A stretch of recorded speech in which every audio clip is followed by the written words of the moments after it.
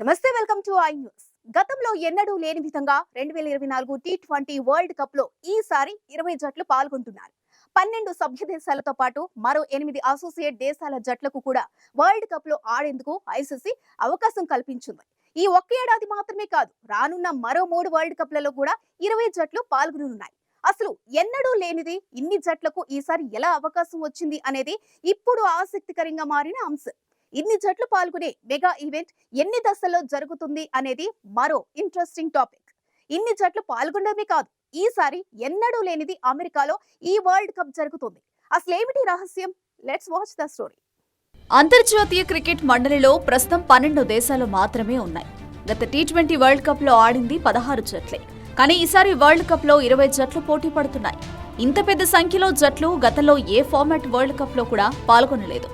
ఐసీసీలో ప్రస్తుతం India, England, Australia, Afghanistan, Bangladesh, Ireland, Netherlands, Pakistan, south Africa, Sri Lanka, West Indies, Zimbabwe దేశాలు మాత్రమే సభ్య దేశాలుగా ఉన్నాయి. కానీ మరో 8 దేశాలను అసోసియేట్ దేశాల కోటాలో టోర్నమెంట్ ఆడడానికి అవకాశం కల్పించారు.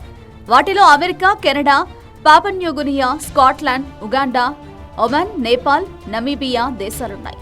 ఇంత ఎక్కువ సంఖ్యలో వరల్డ్ కప్ లో అవకాశం కల్పించడానికి ప్రధానంగా 2 కారణాలు కనిపిస్తున్నాయి. ప్రస్తుతం యూరప్, ఆసియా, ఆస్ట్రేలియా, ఆఫ్రికా ఖండాల్లోని దేశాల్లో మాత్రమే క్రికెట్ ఎక్కువగా ఆడుతున్నారు. అది కూడా కేవలం 12 నుంచి 18 దేశాలకు మాత్రమే పరిమితమైంది. అదే football, volleyball, hockey, tennis, badminton లాంటి క్రీడలు అన్ని దేశాలు ఆడుతాయి. క్రికెట్ ను కూడా అన్ని దేశాల్లో ఆడించాలని, క్రికెట్ కు ఆదరణ విశ్వవ్యాప్తం చేయాలని ఐసీసీ ఎప్పటి నుంచో ప్రణాళికలు వేస్తూ వస్తుంది. ఐసీసీలో మొత్తం 96 దేశాలకు అసోసియేట్ సభ్యత్వాలు కూడా ఇచ్చింది. ఆయా దేశాల్లో క్రికెట్ క్రీడను ప్రోత్సహించడానికి అవసరమైన శిక్షణా శిబిరాలు కూడా నిర్వహిస్తుంది. అసోసియేట్ దేశాలకు కూడా వరల్డ్ కప్ లాంటి మెగా ఈవెంట్లో పాల్గొనే అవకాశం కల్పిస్తే ఆదరణ పెరుగుతుందని ఐసీసీ భావించింది. అందుకే ఏకంగా 8 అసోసియేట్ దేశాలకు వరల్డ్ కప్ ఆడేందుకు అవకాశం కల్పించింది. అంతేకాకుండా ఈసారి సంప్రదాయానికి విరుద్ధంగా అమెరికాలో వరల్డ్ కప్ నిర్వహిస్తుంది.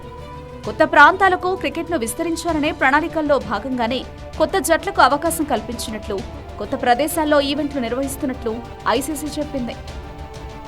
అయితే ఇన్ని జట్లు పాల్గొనే ఈవెంట్లో లీగ్ దశ, నాకౌట్ దశ, తుదిపోరు ఎలా జరుపుతారనే విషయంలో కూడా చాలా డౌట్స్ ఉన్నాయి. ఇన్ని జట్లు ఉండడం వల్ల ప్రతి జట్టు పోటీలో ఉన్న అన్ని జట్లతో ఆడే అవకాశం రాదు. మొత్తం జట్లను 4 గ్రూపులుగా చేశారు. ప్రతి గ్రూపులో 5 దేశాలుంటాయి. మొదటి దశలో ఏ గ్రూపులో ఉన్న దేశాలు ఆ గ్రూపులో ఉన్న మిగతా జట్లతో ఆడతాయి. అంటే 5 జట్లుంటే ఒక్కో జట్టు మిగతా 5 టీంలతో ఒక్కో మ్యాచ్ ఆడతాయి. ఇలా 4 గ్రూపుల్లో టాప్ లో నిలిచిన 2 జట్లు సూపర్ 8 కు చేరుతాయి. సూపర్ 8 కు చేరిన జట్లను కూడా మళ్లీ 2 గ్రూపులుగా చేస్తారు. ఒక్కో గ్రూపులో 4 జట్లుంటాయి. ఈ గ్రూపులో ఒక్కో దేశం మిగతా 3 దేశాలతో ఒక్కో మ్యాచ్ ఆడతాయి.